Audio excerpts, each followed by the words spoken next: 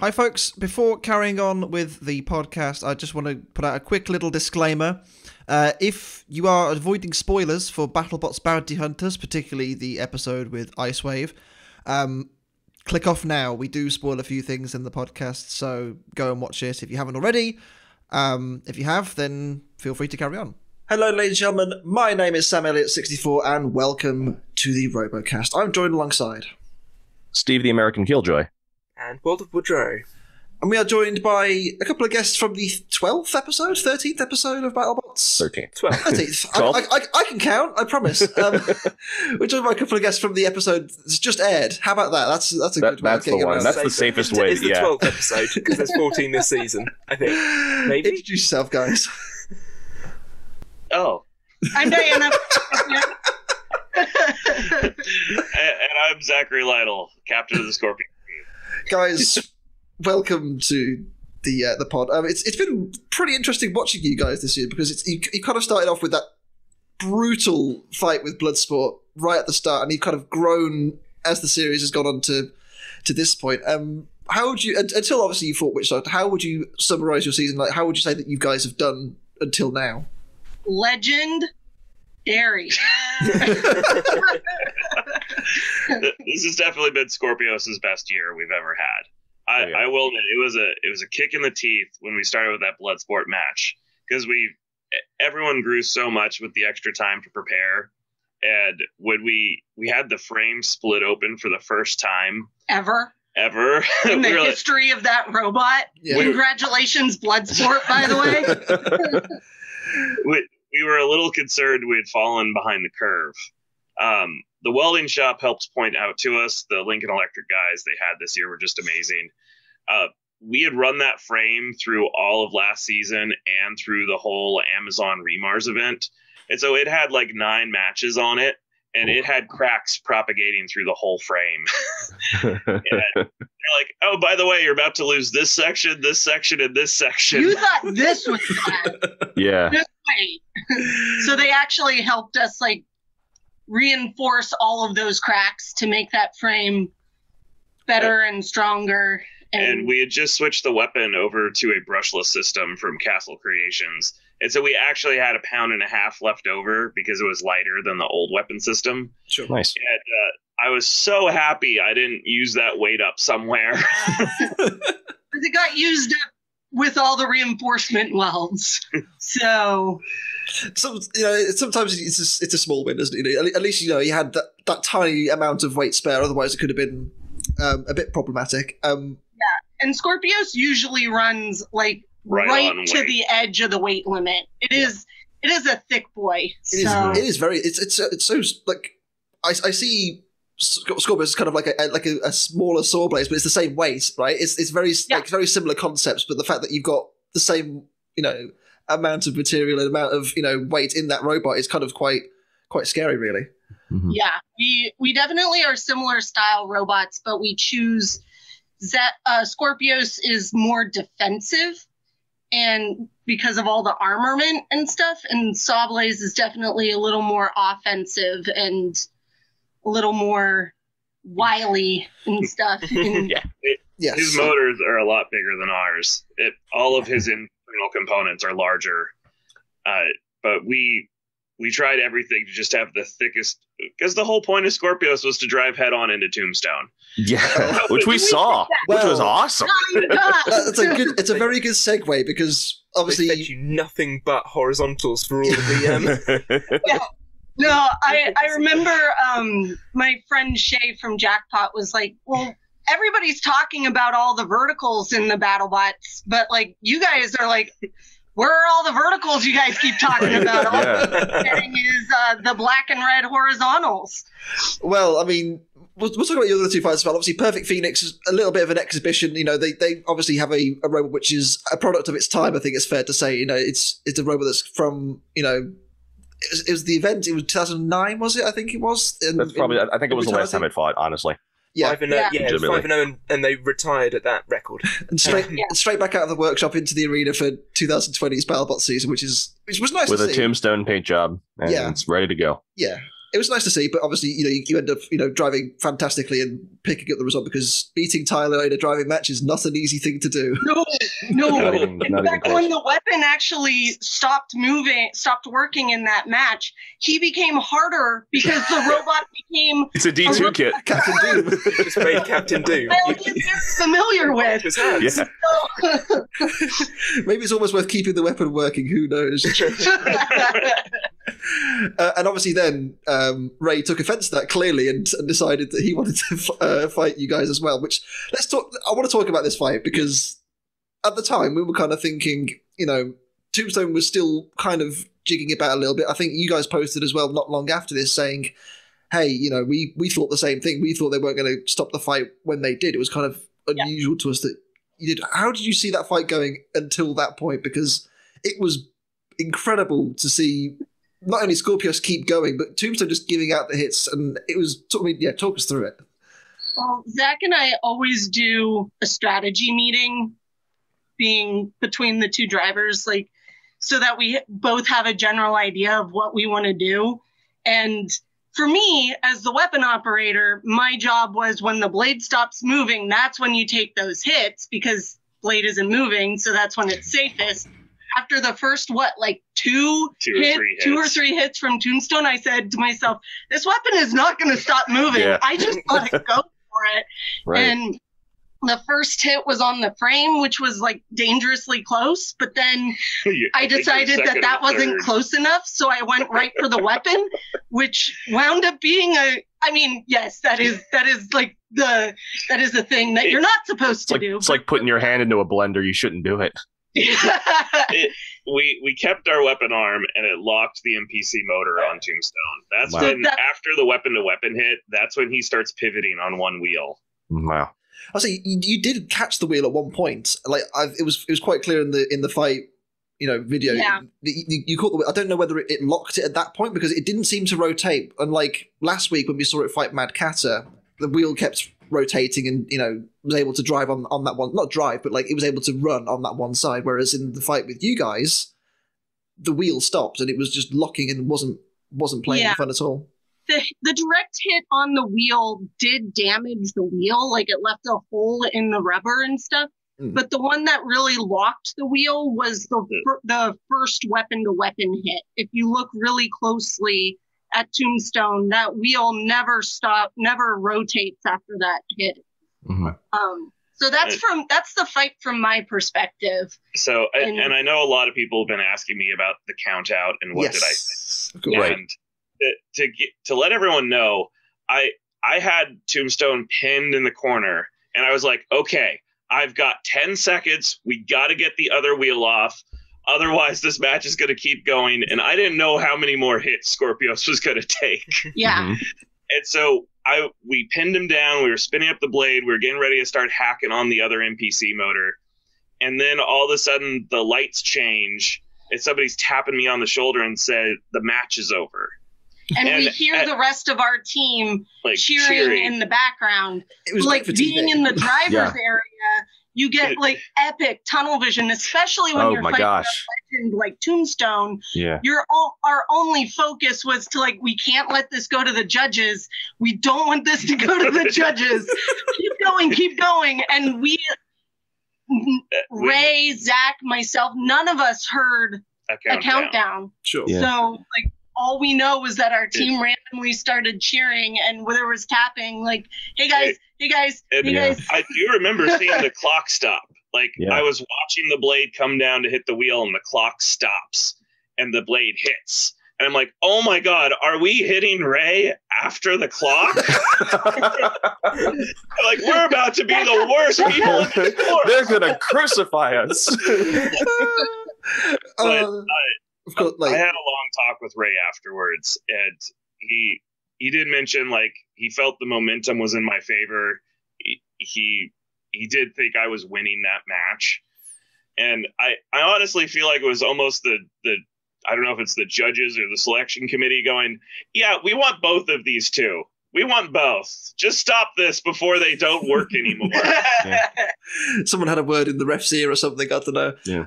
It did mean that you obviously beat Tombstone, which is not a feat that every team can say. There's not many teams that have beaten them. And it left you in the top 32 against Witch Doctor. Yeah. We had the low seed in our edge of the bracket, which was a low-seeded Witch Doctor, which, let me tell you, is still a Witch hard Doctor. match. Back-to-back legends. She fixed her weapon. Beautiful. There is one robot who's managed to beat Tombstone and then immediately beat Witch Doctor, but his name was Bite Force with three nuts. And my team was geared up. We were like, we want to do this. We want to beat her. And the front forks on the robot were designed to try to keep her weapon from hitting our idler, because we have an aluminum idler up front, and that's what transmits power up to the blade. And we put those front spikes. They were supposed to keep her away. But I didn't measure out for the idea that she would hit us. All four of her wheels would come off the ground and she would tilt forward. And that gave her enough reach to clip the idler. Wow. And the tooth on her blade sticks out a lot farther than we thought. So you should never measure from the tip of the wedge to the blade. You should measure just how far out it sticks from the shaft. Yeah. Mm-hmm. Well, definitely. We'll dissect the fight a little bit more later on. There were 7 fights before that, the fight with yourselves and Witch Doctor, which was quite something. We'll get to that a bit later. But if you haven't seen the 12th episode, then do click off now. It's not, go and Bye. Come back later and come and listen to us then. We start off with LockJaw and Shatter, which it kind of went the way I would expected it. Yeah, unfortunately. Yes and no, because I thought Shatter was going to win, and You didn't expect LockJaw to catch fire? Okay, that's what I mean. I thought Shatter was going to give it, get given a much tougher fight than what they got. I feel like LockJaw this season, bless them, they've had. I think they've had a fire or a bit of a smoky motor in every single fight up to this point. And we can't talk bounty hunters, so that's besides. So just main tournament. Yeah. So it's been rough. Yeah, but Shatter, but excellent. Yeah. Really love this fight. It's a shame that LockJaw wasn't working at full potential, but you look at when the forks were engaging on both robots, LockJaw weren't getting any ground on Shatter, so those forks really did work very nicely. And it's a shame that the same thing keeps happening to Donald. He keeps getting caught in the kill source slots. It's the worst. It's the worst thing. Get away, and it's just like, how many times can this happen to the same guy? It's so unfortunate, but I suppose it's one of the things that comes with having loose floppy forks that you expect to get stuck on bits of the arena. So, Shatter got away, turned around and stoved in several parts of them. Yeah, it was pretty ugly. Well, one of the things I always try to keep track of is which teams are doing the big brushless changeover. Because, Shatter went brushless back in Season 4, and by this point, he has everything keyed in. He even helped us. We were having some issues with one of our brushless motors. But we have 2 duplicates of the robot, and we switched one over to brushless, and everything went smooth and easy. And then we put the second one together, and all of a sudden it was having startup issues, where it would just cog and give us a failed motor signal. We're like, this is identical to the other one. Why is it not working? And there's a lot of weird stuff you have to handle. This season, Donald made the change. He went from the good old-fashioned long mags he always uses and he always burns up to the new brushless system. And he's now experiencing the same problem Shatter was having back in Season 4. Mm-hmm. And a lot of teams have when they make the change. Even we had. Yep. And it's kind of this thing of you almost need a bad season to work out the issues in order for you to come back stronger. Yeah. And like we were talking with Jen a week ago, you don't get to test these robots really anywhere outside the box. There's no way to really run them into anything. Like Exactly. There's no way to really force any kind of force through your robot without bringing it to the battle box and actually having a fight or having a full season's worth of fight and saying, okay, this worked, this didn't work, and then coming back the next season. Yeah. Right. And for those that have seen bounty hunters out there, you guys know how LockJaw do fare. By that point, you can see that they've had 4 fights by that point, and things take a big change for LockJaw, for those that have seen it. But credit to Shatter. I mean, their strategy worked brilliantly, and the hammer was doing some really nice damage to the back as well. Like, the extra armor that Donald put on, it was quite literally shattered. Yeah. Yeah, fantastic stuff there from Shatter, going through to the top 16. With the first time ever. First time they made it. I thought they had a good enough season last year to be almost kind of on the verge, but they were one of the many 2-2 teams, I think. Yeah, if I recall correctly. It's been a while. Nearly 2 years now. God. I know. Well, dude, this past year was worth 5, honestly. Everything is so in the rearview mirror. It's true. It's absolutely true. Fight number 2 is Rotator and Jackpot. A bit of a clash of the glitz and the glamour of Rotator and the gambling man that is Jackpot. And they went for a gamble which didn't pay off. They put it on red and it came out black. I think it's fair to say with the wedge. I respect the idea with what they went for, to kind of put it at the back and try and do exactly the same strategy that Victor was doing, but with a vertical spinner. It didn't quite work out because the wedge slits were scraping the floor, and the wedge was able to be exploited basically with Rotator. It's a case of they removed the wedgelets early on Jackpot this season because they just kept getting caught on everything. So as soon as I saw this matchup, I thought, we've seen Rotator get under lower, and it took out some wheels. It completely shredded them, I think, on a couple of them. As you say, Sam, the wedge, it worked for a bit. He managed to get Rotator up it a few times, so I think Victor then realised that he needed to change tack, couldn't go straight at the wedge, so went round the side. Jackpot did manage to get some good licks in. It did. It got some good old hits, and it sort of brought back memories of Death Roll versus Rotator in 2019. I thought, is this going the same way? But it didn't. They got turned over, and no Shremek means no continue. Yep. Yeah, they had to cash out early. Sorry. But how many more of these can we shove into this? Yeah, I don't know. Don't tempt me. So what's interesting about this fight is when I first saw him come in with this wedge, I really thought he was going to spin the weapon the other way and have this. And yes, I don't know if it's reversible. I don't know that. But it would have been interesting to see, like, maybe if they'd wedged underneath Rotator and then kicked him over the top. But it looks like that wasn't the way it went, and that's not the way that it's set up. I wouldn't know, but that would have been very interesting had that been the case. But I mean, you can see him roll into the box. I mean, this wedge is scraping the floor. When he drives into his box, this wedge goes like, aha, like when it drives into the box, and it's as low as it could be. They changed their strategy. It didn't work.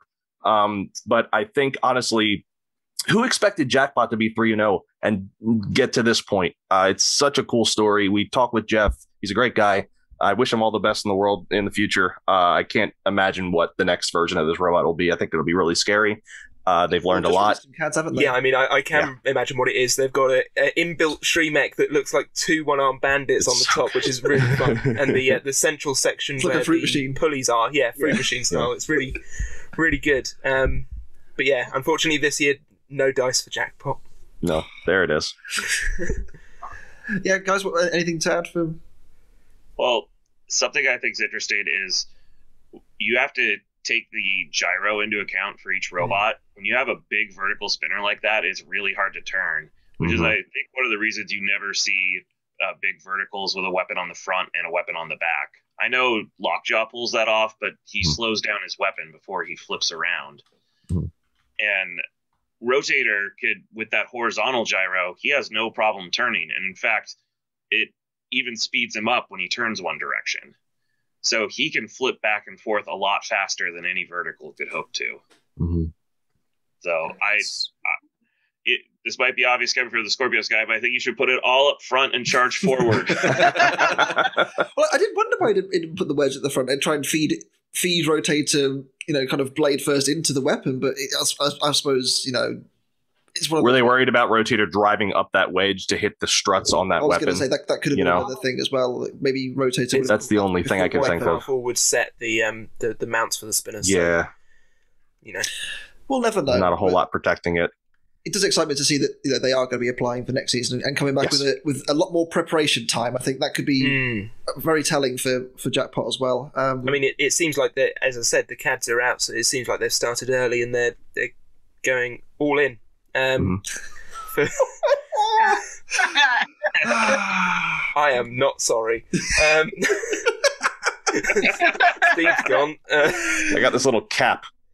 I'll be using that at my leisure, and of course, nobody listening to this is going to know what the heck I did. Nope, absolutely not. So Rotator in the top 16. Through, and deservedly so. More like Rota, which we've told because it's half of Rotator. Yeah, they've done, split it. They've had a pretty rough season this year, considering the fights they've had with, especially with that. We've talked about that judge's decision so many times at this point, but I think they've earned their place in the next round, and I think Rotator's not something you want to take lightly. Like, it's the fact that they beat Tombstone last year as well. Like, I know it gets mentioned as their big moment, but like they also beat Ice Wave the year before that. They've taken out some big names. Mm-hmm. It's not Took out our arm. Yes, of course. Oh no, I remember that. That was that season 3. I want to say. Yeah. And the whole album came out, and then you had to put the kind of angle grinder angle on. grinder. that was great. Good times. Rotator really is Skorpios' kryptonite, because his second blade, his upper blade, is right where we have our weakest armor, and it's tough because we can't move armor up there because then he just puts his lower blade on. Yep. And he is a hard robot for us to counter, and we're still looking for a better way to counter him in case that match ever happens again. Fight 3, I suppose, is Endgame and Perfect Phoenix. Poor Perfect Phoenix. We kind of may have said before in the preview for the top 32 that we thought this could be one-way traffic, and unfortunately, well, for a little bit it wasn't, because they couldn't get to each other because the wedges were just... That was so weird. Just so. Neither of them could get under the other, which kind of surprised me. The tactics of the match became... The endgame team said, okay, well, we'll push them into a wall. When you watch the slow-mo back, they don't make it to the wall before endgame finally manages to get purchase on them and hit them up. It's like they hit some sort of invisible wall in the arena and just decided that'll do. And then threw Perfect Phoenix directly at Chris and Kenny. They're just in a weird... Needed for that hit. I mean, it's not the first time that they've thrown things at Chris and Kenny this season. No, they got something out for them, surely. They threw a fully spun up weapon at them this time. Yep. I have to admit, I was a little worried that glass wasn't going to hold it for a full power Perfect Phoenix hit. The glass held, but I don't know what material it is, but the metal beam that's in the middle, I think I saw a bend in it. When Perfect Phoenix hit it, it's like, ooh. It's not the first time Endgame's thrown spinning weapons at the wall, is it? Because when they fought Son of Waiachi a couple of years ago as well, they flung them and it shattered all the glass, didn't it? Yeah. Once upon a time. Much more to say about that fight, because Endgame just... It was over so quick. Perfect Phoenix, I don't think, is just... As much as it's kind of sad, like that robot is, as we mentioned already, it's over 10 years old. It's coming into a field with, brand new competitors. I know he came into the tournament 30 pounds underweight. And to do this well with that kind of handicap, you have to keep in mind, this is like... a Dragon Ball Z character still wearing its weights. Yes. So, sorry. Hey, you mind if I take these off? These are really heavy. And he used this season to get attention. He's going to pick up a few sponsors. He's going to come back with a rebuilt Perfect Phoenix. Mm-hmm. And we're all going to wonder who's ever going to beat him. Yeah. We talk with, I can't remember who we talk with, but we're all going to be playing. They basically said that Tyler he's a champion in waiting, or like everyone's going to be catching up to him once he gets something that can really kick everybody's teeth in. Because his driving is just, I want to say it was Craig Danby. Years away. Huh? I want to say it was Craig Danby who said it to us. I think it was Craig. Yeah. We've seen his exploits in BattleBots as well. Like the fact that he's, he can just drive the wheels off of anything that he's got, basically. Like it does bode fairly ill for everyone else who has to fight him, really. And he came in this year with a robot that, as we mentioned, is quite an old machine. Yes, it was the class of the field in its day. Hey, it gave him practice in the battle box. Exactly. That's another thing. I mean, and you can't discount that, honestly. So now he'll come back and be even scarier. Yeah, absolutely. So yeah, credit to him. But Endgame was imperious and did what they needed to do. They didn't do anything unnecessary. They didn't even go for it. Like I thought for a minute when they were stuck on the screws, Perfect Phoenix, they were just going to go in for one big last hit. But he's got at most 4 more fights left, so you got to save it. Yeah, save it for later. Save it, don't send it. Absolutely. Do we need to wheel out Controversy Corner for our 4th fight? Our 4th fight of the episode is Copperhead and Mammoth, which... Is it controversial, though? Is it just controversial because the spinny bot didn't win? I'm going to say no. I don't think it was. I thought it was, I don't think it was either. Good. When I watched it back, I thought Mammoth had won because Mammoth was in control of Copperhead for the most of the fight. Okay, yes, Copperhead got a good few hits in towards the end of the fight. Yes, they started off quite strongly as well when they bent up their forks at the front, but for 2 minutes and 30 seconds of that fight, Copperhead's weapon wasn't working and Mammoth was just flipping it and pushing it around the box. It wasn't working at the end of the fight either. The weapon went down again at the end of the fight, and you got to think that's going to be a lasting image with the judges. Yeah. Yes. To see that the weapon has gone down right at the end of the fight, having been down for over half of it. It's going to be a struggle. I think people need to remember that control and aggression are 2 other categories in the judging criteria. How about that? Yeah. And the Mammoth had them. It was really... So Steve has a scorecard. Let's read it out to us. Honestly. So the way I saw this was I saw Mammoth and Copperhead split damage 4-1. Honestly, you can't say that Mammoth did any damage to Copperhead. Honestly, I mean...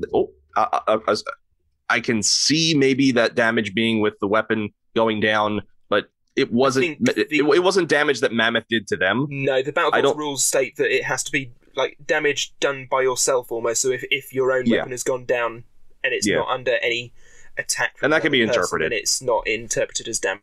Correct. To the other person. Aggression I gave 2-1 to Mammoth because Copperhead was bringing the fight to Mammoth at some points, but I just think Mammoth was doing more, gave them the extra point, and control is just a complete wash for Mammoth. I just don't think Copperhead had this fight at all under control, and that gives it 6-5 Mammoth. It's close. It is close. It's completely 100% close. I understand why it was a split decision. Completely. Yeah, absolutely, because you could flip 1 point either way. I mean, if you interpret aggression or control differently, or if you throw 1 more damage point toward Mammoth. But I mean, Steve, you've confused yourself there.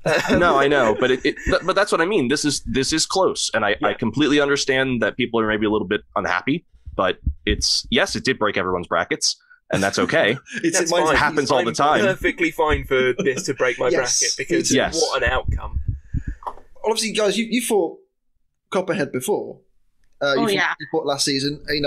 How difficult is it to beat a robot like that? It's just a tiny pound of nasty, really. Like how do you approach that?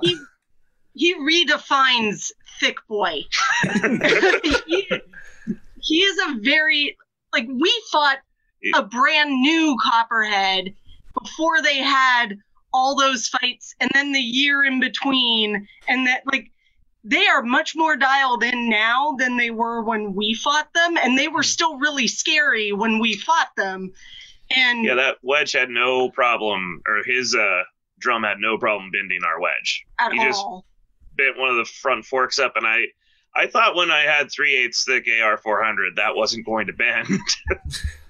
And Copperhead is dishing out some serious power this season. I think a lot of reasons so many people are upset is nobody pictured Mammoth winning this, and Mammoth is such an odd and different robot. Nobody quite sees what it does, but when you watch his videos of him just hucking refrigerators through the air, you realize what he's really trying to do, and it's essentially still a spinning weapon. Yeah, but he's trying to make gravity his big ally. Yeah. Jevin, you called this a low KE spinner once. Yeah, this is to the me. thing. It's a low kinetic energy spinner. It is. I've got it written down in a sort of virtual tournament that we're running at the minute as I think I called it a vertical flipper because it is just the hybrid of the two. Honestly. Yeah. I think that describes Mammoth's weapon really well. Mm-hmm. And I remember watching that fight live. I was in the opera box for that match and just going, this is the weirdest, most amazing fight I have ever seen. Because from my angle, it literally looked like Mammoth was just slapping Copperhead. Yep. And it was... And from what I understand, is Copperhead overheats. Yeah, that's why his weapon. That's why his weapon goes down. His internals overheat, and when his robot cools off again, that's why his weapon comes back. Yeah. But to a judge, you can't take that into account. It's almost a real shame that then he's managed to do 2 of the 3 fights in preseason in 4 hits because he didn't have the time to work out what was going to happen. It's almost come back to bite him that it's... Imagine if that Gigabyte fight lasted a minute longer, you know, and that they got more good hits in it and got more intel with this new design. That's a good point. Honestly, they didn't have enough time to test it out and see what would happen. And then you have this fight against Mammoth, which I think this stigma with Mammoth being like this, I don't want to say joke entry. Ungamely. Yeah, it's a serious combat robot. Yes, it is huge and unruly and... Mammoth, not huge. Just well... I say it's huge. How about that? Yeah, I say huge. I'll take it. But I think that's also what they're trying to capitalize on. Is they're trying to come up with a design that not a lot of competitors know how to deal with, and then until you deal with it, you're left wondering: will this solution I've thought of to fight you actually work? See, and I have a running theory that the selection committee is slowly collecting the biggest robots they can because heck. Make it huge because it doesn't fit any of the packaging. So like, okay, we're just gonna have a Mammoth and a Smee. Here's a whole range of extra large Hexbugs you need to make. It's something I suggested this year was do Hexbug XL, make a big Walker Chomp this year, maybe a Mammoth. Wouldn't it be wonderful to have just a line of XL robots? Now we're seeing more and more of them. I just want more Hexbug toys in general. Yeah, please, Hexbug. There's too few of them. I need more. There were so... Here's the thing. BattleBots merchandise, there was so much of it when I was a kid. I am just chomping at the bit for more. But we want a Skorpios toy. But, you know, who doesn't? We're a little biased. Yeah, definitely. Well, if they can figure out... Well, the thing is with you... SawBlaze and a Whiplash, honestly. It's the articulated arm with a spinning weapon on the side, which they need to figure out how to make small scale and reliable. I'm sure they could work it out. They've got the money. They have the parts. Can make it better than it ever was before. I just make it when it swings, it spins. Just put a little key line in there. Yeah, totally. That'd be fun. All you need. I know. There's back for your toy line creation. Hexbug, if you're listening. I will say I do feel very sad that we're not going to see some more excellent drum artwork on Copperhead because the 2 paintings they did for the Black Dragon fight and this fight as well, the tiny little cute snake just doesn't know what to do with Mammoth, and so it proved. She does those by hand. I know, it's incredible. She draws them on her art pad and then she freehands them on the drum. It's absolutely amazing the amount of effort that goes into that robot. Just the attention to detail. Like you're never going to see it on camera, but they know it's there, and that's more important. And it does pain me because I think a Shatter one would have been really cool, but not to be this time. Maybe next year. Who knows? Who knows? Mammoth has a good chance against Shatter. Honestly, it's just where's it going to hit? It's going to be an interesting one. What does Shatter do? That's where my mind goes. It's all frame. Where does it hit? We'll see. We will see. A lot of open air on Mammoth. A lot of open air. I think the tactics have to be they've got to climb inside and then just start hitting whatever's there. Go full foxtrot. Straight inside the robot. Yeah. Excellent. That's what I need to see. Just turn your robot into a mine. Just drive and do... Fight number 5 sees SawBlaze take on Kraken, the 2 green and black boys in the top 32. I think it's just those 2, isn't it? I want to say it is. Another great Kraken fight, which I think we've said every fight this year has just been the best robot to watch for me personally. It's just been so Kraken entertaining. Has definitely evolved this season. I love just thinking back to all the different seasons of Kraken and how far Matt has come with that design. Release the Kraken! If you look at it now compared to when they arrived in 2018, it's a far cry from what what they turned up with. I think Matt said that himself to us. He looks now and thinks, God, that was awful. But it's very critical of his own work. Its teeth fell out in its first fight. Yeah, it did. You wouldn't see that sort of thing. If those teeth are going to fall out, it's because somebody has gone in and broken them. I mean, SawBlaze tried. They got their... So, as it turned out, there was an understick, which so weird. Which I didn't really clock until it was mentioned, because that was... I thought it was quite well edited. 1 minute they were stuck together. The SawBlaze's blade was just stuck because of the way it's manufactured. It has a tooth on one side and then little teeth on the other side, which means it perfectly hit the roof of the mouth and at the same time the sort of side of the edge and just dug in. And then it was just... I mean, it was an excellent moment, and I think Kraken were also biting at that point as well to make sure that they were there and in control. Amazing thing for me is when they hit the eye falls off, goes through and in, stopping the blade. It's like, what? Yeah. Through SawBlaze, how did that even happen? What are the odds of it just falling through that tiny little gap? Yeah. And BattleBots is fond of these cheeky little edits where, like, all right, warning, there's one warning, you guys got to stuff right. All right, I'll let him go. And then all of a sudden they're facing each other. Go. It's funny that, isn't it? Yeah. So I think the fight really did change after the wheel came off, obviously. Well, you say that. Kraken managed to somehow drive almost normally around the box. It drove super straight. They got on one wheel. Secret wheels. What's going on? I don't understand. It must just be a really well-designed robot for it to continue driving as it did. Surely, if they good bring weight distribution. Yeah, if they redesign the robot coming back, we know they've applied for the next season 6, if there is one. But yeah, that's got to be surely one of the things they keep the same is the sort of shape of the robot and the weight distribution roughly the same, so that they know that they can still drive should they lose a wheel. Yeah.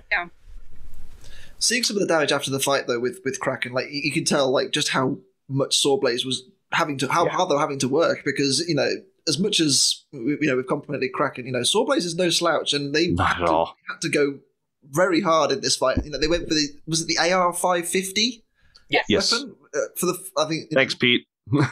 thanks, Pete.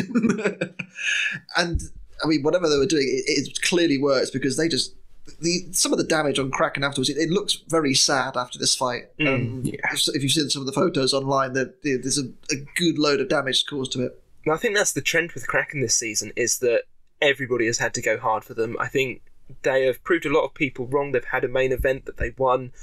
They've beaten the number 2 seed from the year before, or wherever Witch Doctor were. I can't remember if they were 2 seed or what. But yeah.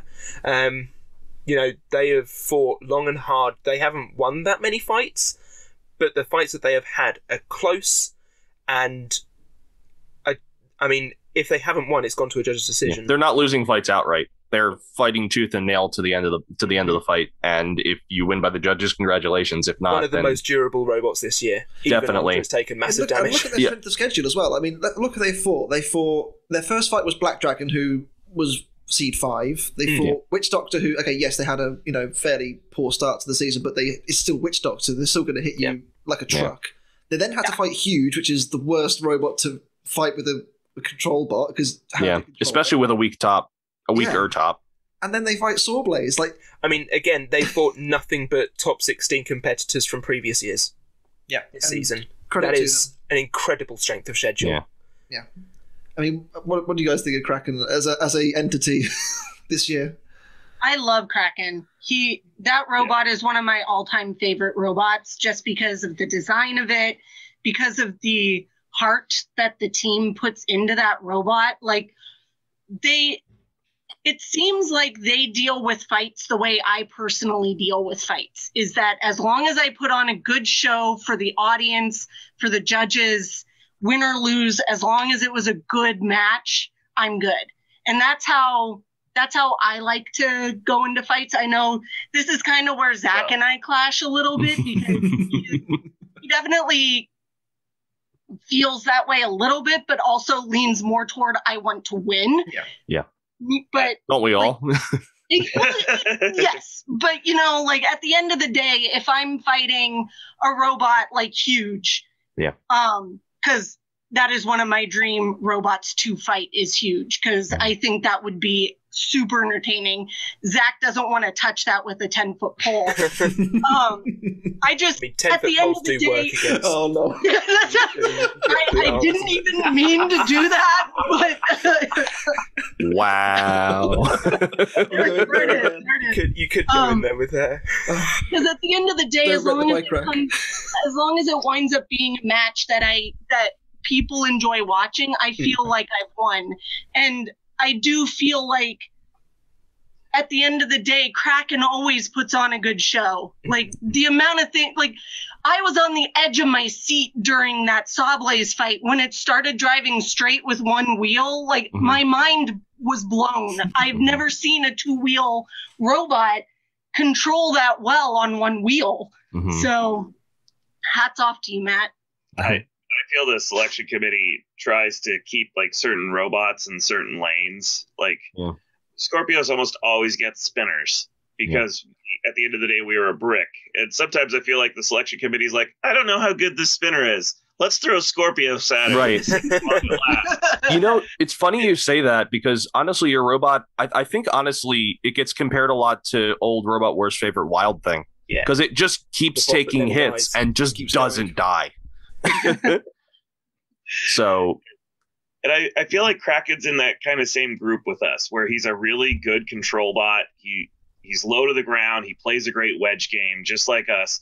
And so we're in the same lane, and we're kind of the same robot they like to throw at people. And they try really hard not to have two control bots fight each other because they feel that boils down to a wedge match, and they don't like it when it boils down to a wedge match. You know how BattleBots feels about wedge on wedge. Yeah. I was honestly surprised we got to fight P1. And I feel like if you've watched the bounties, then you know.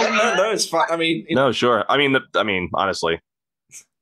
So those guys, come on.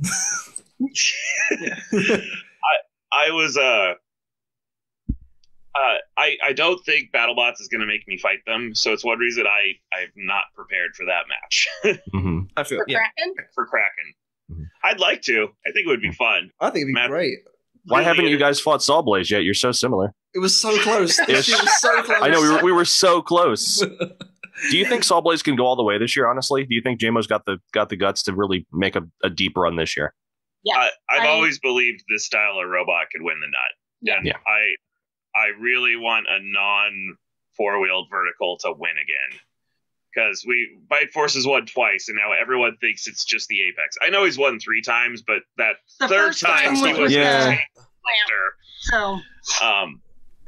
So I want someone to disprove that you have to be a 4-wheel vert to win. Fight 6, Bloodsport and Gruff. Another, high-end seed and a low-end seed going very close and going to the judges. This was obviously you've dealt with Bloodsport already this season.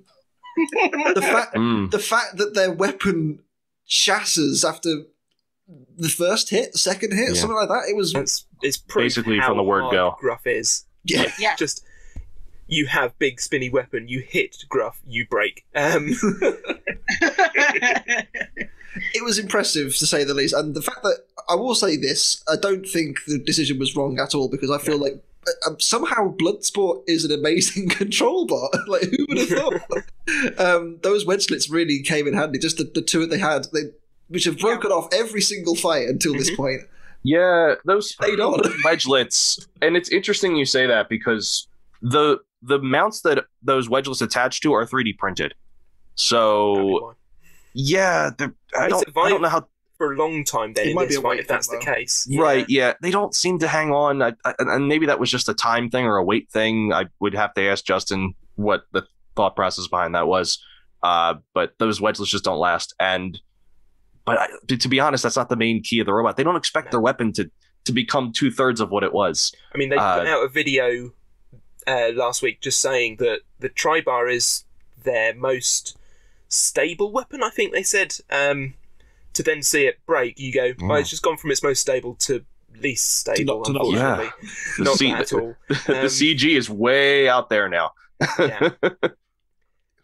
It's very impressive. But, and again, credit to Gruff for keeping it going for 3 minutes. I think towards the end of the fight, they were starting to hurt quite a lot, and I think they had I don't know whether... I don't want to put my words into the team's mouth and say it was another drive issue they had similar against. Not sure if you two know any more about that. I'm pretty sure an early hit from Bloodsport kind of disabled the front right wheel. But when you're a four-wheeled robot, that doesn't count you out of the match, and you don't lose controlled movement. But you can see Woodside is physically dragging, and I believe he only has. I think he normally has 6 wheels, and I think he was down to 5. And so my theory is just that big hit that broke Bloodsport's weapon, I think it pinched the front wheel. But we don't know for sure because it's just that's the side they hit on. That's the side he starts having a problem, and that would be my rough guess. Yeah, and from there on, it's just a Bloodsport clinic. Honestly, just pushing him around everywhere. I mean, very impressive. Yeah, Gruff. Moments were pretty cool, and he's got an aluminum frame which transfers that heat really quick. It was good to see as well. The fact that Bloodsport isn't a one-trick pony. Like if their weapon does go down, they have got another option. They can slug it out and push you around. Like their drive is clearly better than a lot of people maybe give it credit for. Yeah. And credit to them, they made it to the top 16 at their first time as well. Which they were close last year, didn't quite make it in, but fair play to them. They've turned the corner this year and they've really kicked on. Fight number 7. Fusion and Tantrum. Tantrum gets a new hat.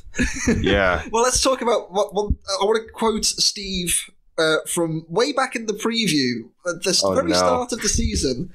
To quote Steve, Fusion is painted like a fireworks box. Let's talk about that. Was I wrong? Every fight, something's gone pop in that robot. And the pop it makes before that fire goes off. And it really does want to just be on fire, doesn't it? Just works so badly. From the I think this is from when we talk with Pete. He says that that robot just wants to catch on fire. Something to that effect, and it's painted perfectly for it. Yeah. It's a shame because they were getting some good hits. The whole weapon of Tantrum kind of bent to one side, didn't it? It was it was way off kilter. Brutal. It managed to keep spinning as well. It's a hub motor, so that makes sense. So that's why I believe.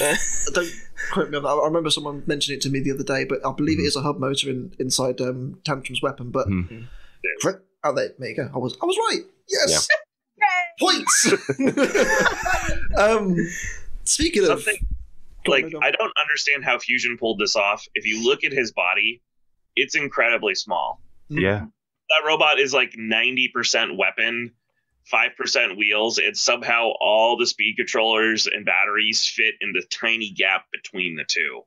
Because the space you need for that vertical weapon and the huge space you need for that horizontal, there's no room inside that robot. So I am wondering, what is too close to what? Because clearly something starts heating up, and I don't know if it's the battery or the speed controller, but once one heats up, it's probably affecting the other one. Conduction. You're going to end up massive heat transfers. Fusion needs to become a heat sink on wheels to get rid of all that heat, if that's the problem, or if there's something just so close to something else where just a little bit of jostling causes an electrical fault. Because it dies a pretty beautiful death twice this season.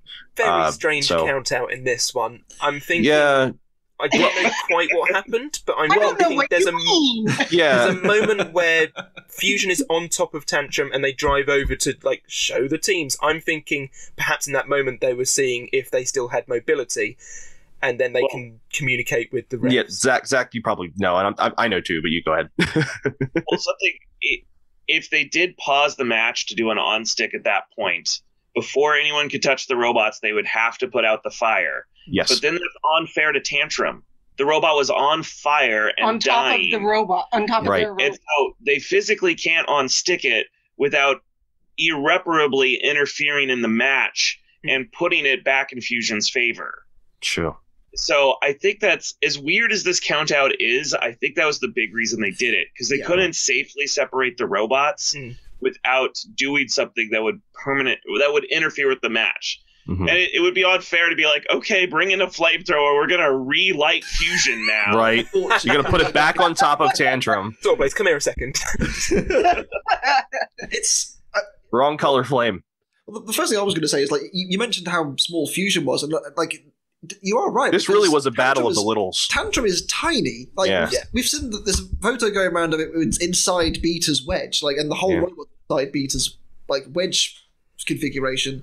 And Fusion was not much bigger. And the reason why it's bigger is because it's longer because of the weapon, not because the body itself is bigger. Like, it's very impressive what they've been able to do over in that. It's like we're watching a middleweight fight on a planet with heavier gravity. It's like, it doesn't make any sense how something so small could be that dense. I mean, I've seen Tantrum in person, and it is a thick boy. It's a thick boy. But Tantrum contacted me after season 4, and he wanted to know where I got my armor. And so he actually is there's now 4 BattleBots that all go to Van Bever Brothers, and he gets the same armor panels I use for the front of my thing. They're just painted orange and, shaped like Tantrum. Mm-hmm. And so he's also using 3/8 thick AR-400 custom bent and formed at the giant huge hydraulic press Van Bevers uses. Mm-hmm. And now, to my understanding, the new version of Malice is getting made there. And if you want, very spicy. Very spicy. I will say another thing as well. Tantrum this season has been a really pleasant surprise. Like, I know they did well in China with Boxing Champion, but we've never really seen it at BattleBots. It's always been like, it's been okay. It's had moments in the sun, but it's never wowed me. This season it really has. They've properly turned a corner with this robot, haven't they? I feel they've gone quite under the radar to do it as well. Like, your focus is very much on the big players who we've seen in the competition before, and then Tantrum comes along as just winning fights and doing what it needs to. I mean, it came very close to beating Valkyrie. Unfortunately, had some faults and died in the end. It ran out of battery. They ran out of batteries. Yeah, they've clearly improved since then, and they're back with a vengeance. And they've got Bloodsport next, which is going to be an interesting. That's going to be nuts. Honestly, I think it could go either way. Yeah, I mean, if Bloodsport broke their weapon on Gruff, could they break themselves on Tantrum? Assuming all those weapons are the same hardness and they're made out of the same material, who knows? Who knows? But we are at the final fight of the episode. You both are very patient. Yes. Skorpios versus Witch Doctor. One thing I do want to ask before we dissect the fight completely is, what was your reaction to the draw? After you've obviously beaten Tombstone, you've obviously been beaten by Bloodsport, you've beaten Perfect Phoenix. You see, okay, you are 10th seed, you are fighting Witch Doctor. What's the reaction? I was like, wow, a high seeding didn't help us at all. No. I said, yay, not a horizontal. Right, there you go. That's looking on the bright side of life. Talk us through the fight, because it was something else. Like, it was a great driving fight between yourself and Mike Zach as well. I think, you both went all in with this fight, because I think, I know it's obvious to say, if you lost, you go out of the tournament, but at the same time, like, it was properly intense. Yeah. We've always wanted this round. We're a husband-wife driving team. We wanted to go up against the other husband-wife driving team. Double date night of destruction. Yeah. I actually pitched it to production as a main event. And I was like, come on, think of all the fun jokes you could make. I'd love to do the interviews with them. And when we got through the season, I'm like, oh, I guess they're not going to do that. And then... Well, have I got a surprise for you? Yeah. I'm like, oh, this is not when I wanted that to happen. They could have done like a Valentine's Day theme and everything. It would have been so cool. I was confident I could outdrive them, and that's one of the reasons I was pitching that fight, but they outgunned us really hard. I think it's fair to say that you did outdrive them as well, because I think for the most part, as much as Witch Doctor, every time that you got underneath them were hitting you or getting some kind of contact on you, like, they were not getting around your sides, they were not getting around to the back. It was all wedge. Yeah.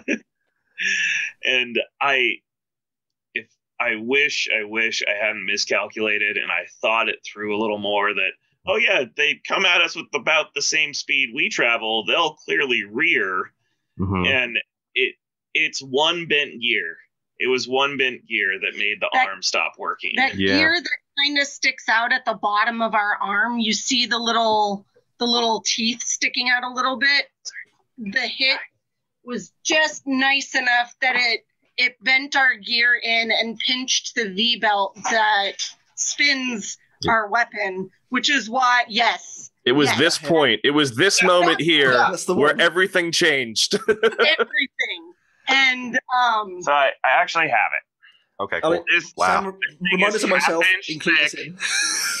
AR 400, and so this is thicker than our armor, which is why I was okay having it hang outside the robot. But you could see, oh dear, she managed to hit it. She sheared the last two teeth off, and the whole thing flexed in, and then it just flexed over into the V belt. And stalled the weapon. And so my job was pretty much done at that point. You've become a cheerleader. Shoulders down. Let's go. I mean, I did get to use the arm to try to stop the blade, because at that point we were like, their belts are right there. Yes, absolutely. Totally thought that when you were doing that. Yes, that is what I was going for. It didn't quite work out in our favor, but it was... We were trying. We were doing everything we could at that point. Zach's driving in that match was excellent. Top notch and like next level. And I still get chills when I think about that fight, in all honesty. Like if we were gonna lose and be knocked out of the tournament the first year we get into the tournament, I am glad it was a fight like that, where it was like edge of your seat and just like. And a lot of people have been contacting me who saw the damage and have been like, hey, in the bounty match, you had a special type of armor for this. And what I've been trying to convey to people everywhere I go is Season 5 happened first. Yes. Bounties were recorded after Season 5 was done. So our solution for Hypershock was... Don't say who it was. It's fine. They said we were the first one. Joe, I'll put a disclaimer. If you listen to this point, you're not going to hear this, but I'll put a disclaimer at the start of the podcast saying, we're going to talk about tenders a little bit. That's fine. Yeah. If you see our bounties, you see like the ridiculous. One of my favorite things. You see the ridiculous stuff. Our armor changed so much this season, depending on who we were fighting, and like that was a lesson we learned from the Witch Doctor fight. Is like we need more protection around this super gear armor gear that nobody has ever gotten to before. The best tactical change in this fight, I felt, was the addition of the sort of barbed sections that meant that the forks weren't going to bend up, and you almost had like a catcher on there as well, designed for LockJaw, but worked for Witch Doctor as well. Pretty good, and it was really clever thinking. I mean, it's a similar tactic that Endgame used against Hypershock a few episodes ago, to have just a little point to get robots stuck on, little four-wheel drive. Just enough. But just enough, just to get them. And, I mean, had the gear not gone, it could have been a very different match. It could have been very different. But, the only thing we can say for certain is if we fight Witch Doctor again, they will never have the same fight with us again. Right. We've got plans in the works to fight. Yeah. To make those fights better for us. Hopefully, fingers crossed. I mean. Oh yeah. You learn a lot more from a defeat than you do from a victory. Yeah, definitely. Failure is definitely an option. It's definitely you learn more from your shortcomings and your failures than you do from a lot of your successes, and that's a teacher line in. Which is, dude, I taught for half a decade. In learning. Yeah, there you go. But the one other thing I learned from this fight is Skorpios does some pretty good aerial flips. How about those like triple axle like aerial flips we did?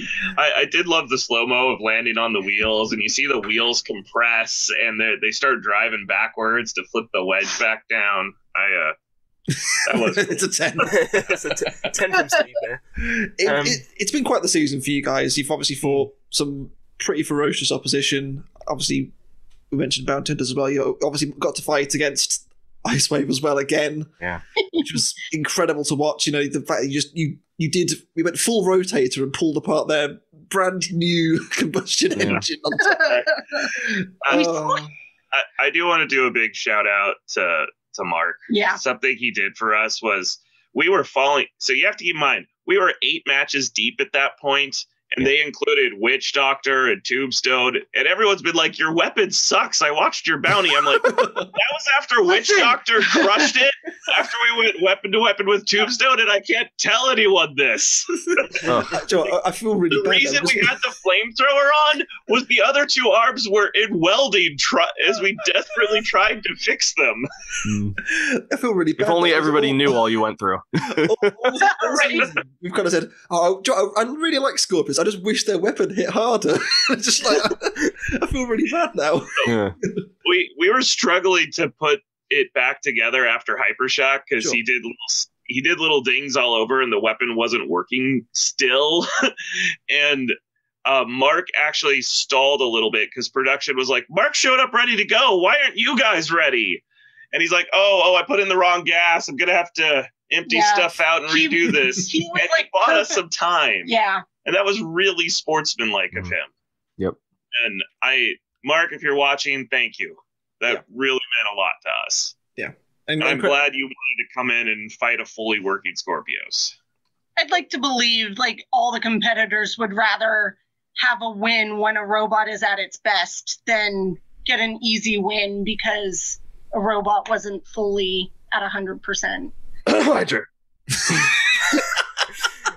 Again. Let's be fair. Sorry. I think with something caught in my throat. With the Ice Wave thing as well, I think the fact is that he lost to Skorpios a couple of years ago. He wanted to prove that he could beat it. Like, it wasn't a case of wanting to turn up and say, "Oh, Skorpios is limping in this fight already." And then he's won. Like, where's the satisfaction? Yeah, I think he had a point to prove as well, but that's for another day. I do want to say though, thank you both so much for coming on and chatting robots with us. It's been really fun to hear your thoughts, and well done on a great season. I know it's come to maybe a little bit of an earlier end than you would have liked, but it's it was going to be really hard to beat that Tombstone win. Yeah. I have to admit that felt just like winning the nut. Yeah, it was something else. The fact is, you can go home and say that something that maybe 2, maybe 3 teams are going to say this year is that you beat Tombstone, and no one else can say that apart from Endgame at this point. But credits to you guys, and well done for putting on a great show as ever. And we look forward to all the upgrades. We look forward to more craziness. Always craziness. Should be good. Actually, I have a preview for you. Stories. Oh.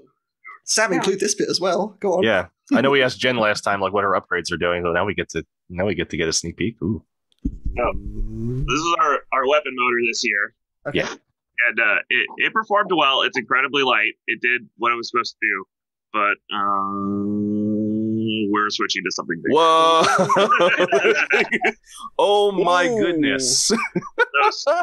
Scorpion is going to sponsor us for the next season. Oh, and, very cool. Fingers crossed. They have to pass the approval process, but they've already sent us their biggest, largest brushless motor. And like I use my little guys. Very nice. We're excited. We're excited. Yeah, I'm excited for for you. Incredibly on brand. Yeah, very good branding. Right? Like, the stuff writes itself. Scorpio, sponsored by Scorpion. Oh, dear me. Well, we'll have to wait for next season to see if Scorpion motors do bring you more success, but bigger hits. Something from the cosmos can come help Skorpios. Absolutely. With that said, though, I have been Sam Elliott 64. I've been Steve the American Killjoy. I have been World of Woodrow. And we are Zach and Diana from Skorpios. And the 3 of us, at least, will see you next week for the top 16. How exciting. We'll We're see so you. close to the end. Take care, everyone. Thank you.